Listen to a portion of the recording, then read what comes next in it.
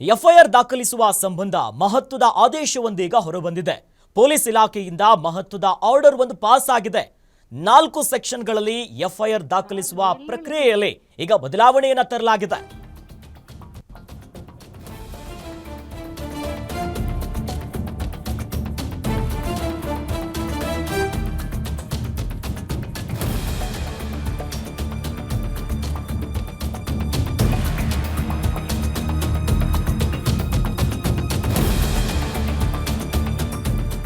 First information report FIR ಅನ್ನ ದಾಖಲಿಸುವ ಸಂಬಂಧ ಮಹತ್ವದ ಆದೇಶವೊಂದೀಗ ಪೊಲೀಸ್ ಇಲಾಖೆಯಿಂದ ಆರ್ಡರ್ ಪಾಸ್ ಆಗಿದೆ. 4 ಸೆಕ್ಷನ್ಗಳಲ್ಲಿ ಎಫ್ಐಆರ್ ದಾಖಲಿಸುವ ಪ್ರಕ್ರಿಯೆಯಲ್ಲಿ ಮಹತ್ವದ ಬದಲಾವಣೆಯನ್ನು ಮಾಡಲಾಗಿದೆ. 4 ಸೆಕ್ಷನ್ಸ್ಗಳಲ್ಲಿ ಎಫ್ಐಆರ್ ಅನ್ನ ದಾಖಲಿಸಲು ಅನುಮತಿ ಕಡ್ಡಾಯ. ಬಿಎನ್ಎಕ್ಸ್ 304, 103/2, 111, 13 ಈ ಕ್ಲಾಸ್ ಬಿ ಸೆಕ್ಷನ್ಗಳಲ್ಲಿ ಈಗ ಬಳಕೆಗೆ ಅನುಮತಿಯನ್ನ ಕೊಡಲಾಗಿದೆ. ಡಿಜಿಪಿ ಎಂಎ ಸಲೀಂ ಅವರಿಂದ ಮಹತ್ವದ ಆದೇಶ ಬಂದಿದೆ. ದೂರಿನಲ್ಲಿ 4 ಸೆಕ್ಷನ್ ಅಂಶಗಳ ಬಗ್ಗೆ ಪರಿಶೀಲನೆ ಮಾಡಲೇಬೇಕು. ಈ ಸೆಕ್ಷನ್ ಅನ್ವಯಿಸುವಂತಿದ್ರೆ ಅನುಮತಿ ಪ್ರಕ್ರಿಯೆ ಶುರು ಮಾಡಬೇಕು. ತನಿಖಾ ಅಧಿಕಾರಿ ಮೇಲಧಿಕಾರಿಗಳಿಗೆ ಅದನ್ನ ತಿಳಿಸಿ ಅನುಮತಿಯನ್ನ ಪಡಿಬೇಕಾಗುತ್ತೆ. ಹಿರಿಯ ಪೊಲೀಸ್ ಅಧಿಕಾರಿಗಳು ಅದನ್ನ ಪರಿಶೀಲನೆ ಮಾಡಿ ಅನುಮೋದನೆಯನ್ನ ಕೊಡಬೇಕಾಗುತ್ತೆ. ಅದಾದ್ಮೇಲಷ್ಟೇ ಈ ಸೆಕ್ಷನ್ಸ್ಗಳೆಲ್ಲ ಅಡಿ ಎಫ್ಐಆರ್ ದಾಖಲಿಸಬೇಕು ಅನ್ನೋದಾಗಿ ಸದ್ಯ ಮಹತ್ವದ ಆದೇಶವೊಂದು ಸದ್ಯ ಪೊಲೀಸ್ ಇಲಾಖೆಯಿಂದ ಹೊರಬಂದಿದೆ. ಈ ಮೂಲಕವಾಗಿ ಎಫ್ಐಆರ್ ದಾಖಲಿಸುವ ವಿಚಾರವಾಗಿ ಮಹತ್ವದ ಬದಲಾವಣೆಗಳನ್ನ ಮಾಡ್ತಿದ್ದಾರೆ. ಅಂದ್ರೆ ಈ 4 ಸೆಕ್ಷನ್ಸ್ಗಳನ್ನ ಗಮನಿಸ್ತಾ ಹೋಗೋದಾದ್ರೆ ನೋಡಿ, ಈ ಸೆಕ್ಷನ್ 304 ಬಲವಂತವಾಗಿ ಒಬ್ಬ ವ್ಯಕ್ತಿಯಿಂದ ಕಸಿದುಕೊಳ್ಳುವುದು, ಈ ಆಸ್ತಿ, ಬೆಲೆ ಬಾಳುವಂತ ವಸ್ತು ಇದನ್ನೆಲ್ಲವನ್ನ ತೆಗೆದುಕೊಳ್ಳೋದು. ಸೆಕ್ಷನ್ 103/2 ಅಂದ್ರೆ ಈ 5 ಅಥವಾ ಅದಕ್ಕಿಂತ ಹೆಚ್ಚು ಜನರ ಗುಂಪಿನಿಂದ ಹಲ್ಲೆ ಮಾಡೋದು ಅಥವಾ ಕೊಲೆ, ಈ ಜಾತಿ, ಧರ್ಮ, ಸಮುದಾಯ, ಭಾಷೆ ವಿಚಾರಕ್ಕೆ ಹಲ್ಲೆ ಆಗೋದು, ಜೊತೆಲಿ ಲೈಂಗಿಕ ದೌರ್ಜನ್ಯ ವಿಚಾರದ ಆಧಾರದ ಮೇಲೆ ಗುಂಪು ಸಂಘರ್ಷಣೆಯಾಗಿ ಕೊಲೆ ಮಾಡಿರೋದು ಕೂಡ ಈ ಸೆಕ್ಷನ್ ಅಡಿಯಲು ಒಳಬರುತ್ತೆ.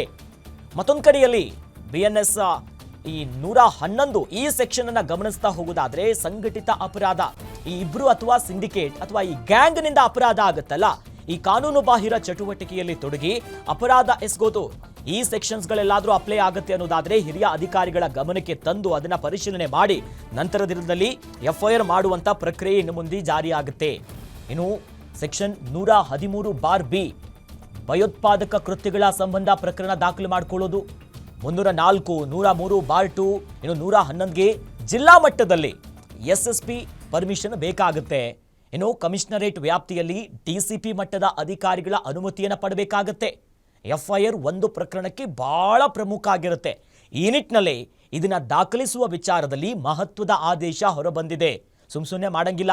ಈ 4 ಸೆಕ್ಷನ್ಗಳನ್ನ ಬಹಳ ಪ್ರಮುಖವಾಗಿ ಗಮನಿಸಬೇಕಾಗತ್ತೆ. ಹಿರಿಯ ಅಧಿಕಾರಿಗಳ ಗಮನಕ್ಕೆ ತಂದು ತದನಂತರವೇ ಎಫ್ಐಆರ್ ನನ್ನ ದಾಖಲು ಮಾಡುವಂತ ಪ್ರಕ್ರಿಯೆ ಮಾಡಬೇಕು. ಸೆಕ್ಷನ್ 113/ಬಿಗೆ ಜಿಲ್ಲಾ ಮಟ್ಟದಲ್ಲಿ ಎಸ್ಪಿ ಅವರ ಅನುಮತಿಯನ್ನು ಪಡ್ಕೋಬೇಕಾಗತ್ತೆ. ಐಒ ಯಾರಿರ್ತಾರೆ ಅಥವಾ ಅಧಿಕಾರಿಗಳು ಯಾರಿರ್ತಾರೆ ಅವರು ಎಸ್ಪಿ ಅವರ ಗಮನಕ್ಕೆ ತಂದು ಅವರ ಅನುಮತಿಯನ್ನ ಪಡ್ಕೊಂಡು ತದನಂತರದಲ್ಲಿ ಎಫ್ಐಆರ್ನ ದಾಖಲು ಮಾಡುವಂತ ಪ್ರಕ್ರಿಯೆ ಸಾಗಬೇಕು. ಕಮಿಷನರ್ ವ್ಯಾಪ್ತಿಯಲ್ಲಿ ಡಿಸಿಪಿ ಮೇಲಾಧಿಕಾರಿಗಳ ಅನುಮತಿಯನ್ನ ಪಡಿಬೇಕು. ಇನ್ನು ತುರ್ತು ಕಾರ್ಯಕ್ಕೆ ಮೊದಲು ಮೌಖಿಕವಾಗಿ ಆದೇಶವನ್ನ ಪಡಿಬೇಕು.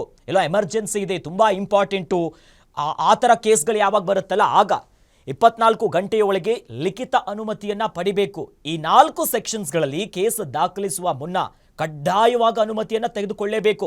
ನಾವಾಗಲೇ ಉಲ್ಲೇಖ ಮಾಡಿದ್ವಲ್ಲ, ಆ 4 ಸೆಕ್ಷನ್ನಲ್ಲಿ ಯಾವುದಾದ್ರೂ ಪ್ರಕರಣ ಆಯಿತು ಬಿಎನ್ಎಸ್ ಆಕ್ಟ್ ಅಡಿಯಲ್ಲಿ, ಅಂತ ಸಂದರ್ಭದಲ್ಲಿ ಮೇಲಧಿಕಾರಿಗಳು ಎಸ್ಪಿಗಳು ಯಾರಿದ್ದಾರೆ, ಹಿರಿಯ ಉನ್ನತ ಮಟ್ಟದ ಜಿಲ್ಲಾ ವ್ಯಾಪ್ತಿಯಲ್ಲಿ ಕಮಿಷನರೇಟ್ ವ್ಯಾಪ್ತಿಯಲ್ಲಿ ಬರುವಂತ ಉನ್ನತ ಅಧಿಕಾರಿಗಳ ಗಮನಕ್ಕೆ ತಂದು ಲಿಖಿತ ರೂಪದಲ್ಲಿ ಪ್ರಕರಣವನ್ನ ತದನಂತರ ಪರಿಶೀಲನೆ ಮಾಡಿ ಎಫ್ಐಆರ್ ದಾಖಲು ಮಾಡುವಂತ ಮಹತ್ವದ ಆದೇಶವನ್ನ ಡಿಜಿಪಿ ಎಂಎ ಸಲೀಂ ಅವರು ಸದ್ಯ ಆದೇಶವನ್ನ ಹೊರಡಿಸಿದ್ದಾರೆ. ಸದ್ಯ ಆದೇಶದ ಪ್ರತಿಯನ್ನ ಕೂಡ ನಾವು ಗಮನಿಸ್ತಾ ಇದ್ದೀವಿ.